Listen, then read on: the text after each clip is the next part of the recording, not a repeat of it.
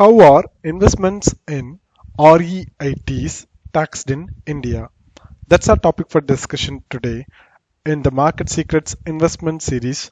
Before we get started into today's session, I'd like to mention that Market Secrets have recently launched Algo Traders Program ATP.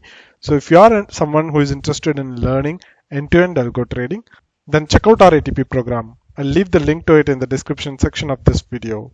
And with that note, let's jump into today's session on taxation of REITs in India. With multiple REITs now available in India, that is Embassy REIT, Mindspace REIT, Brookfield REIT, you should really understand the tax implications of investing in REITs.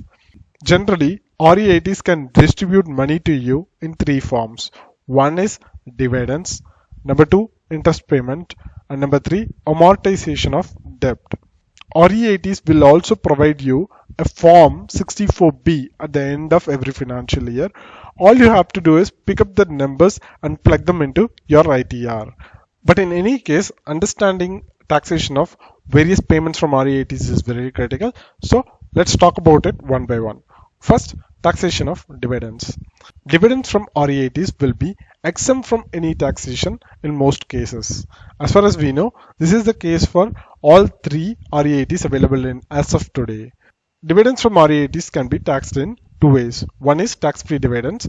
If the SPVs from which REITs receives the dividends have not opted for the new concessional regime on corporate tax, then your dividend from REITs will be tax-free. As far as we know, all three REITs that we have at this point falls under this tax-free dividend category. There is also another option, that is, if SPVs from which REITs receive dividends are paying a lower rate of corporate tax at 22% instead of the standard rate, then you will have to pay tax on the dividends from REITs at your income slab rate. So currently, we don't have any REITs falling under the second option, that is taxable dividends. So we are good.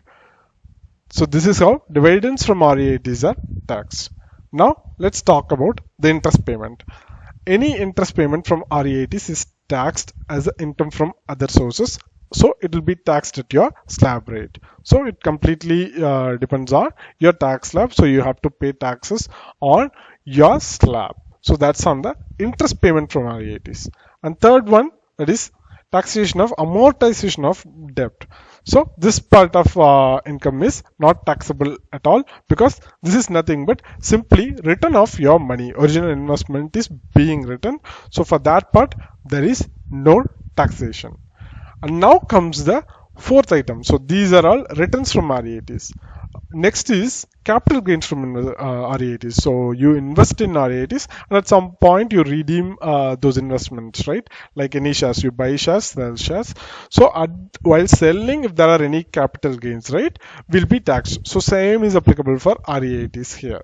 So how capital gains on selling REITs is being taxed. So let's understand that as well.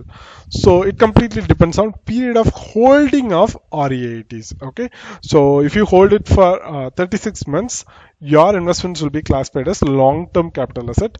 Otherwise, it will fall under short-term capital asset.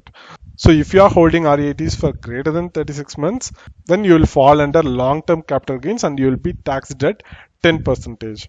In case if your holding period is less than 36 months, then it will be classified under short-term capital gains. So you'll have to pay taxes at 15%. That's how the capital gains on selling REITs is taxed. And with that, we have come to the end of today's episode. If you have any queries, comments, or feedback about this episode, leave it down in the comment section. Also hit the like button if you like this video and share it with your friends if you find it useful. Also subscribe to our YouTube channel and click the bell icon to get notified whenever we upload a new video, conduct a live session. Thanks for watching. Have a great day. Goodbye.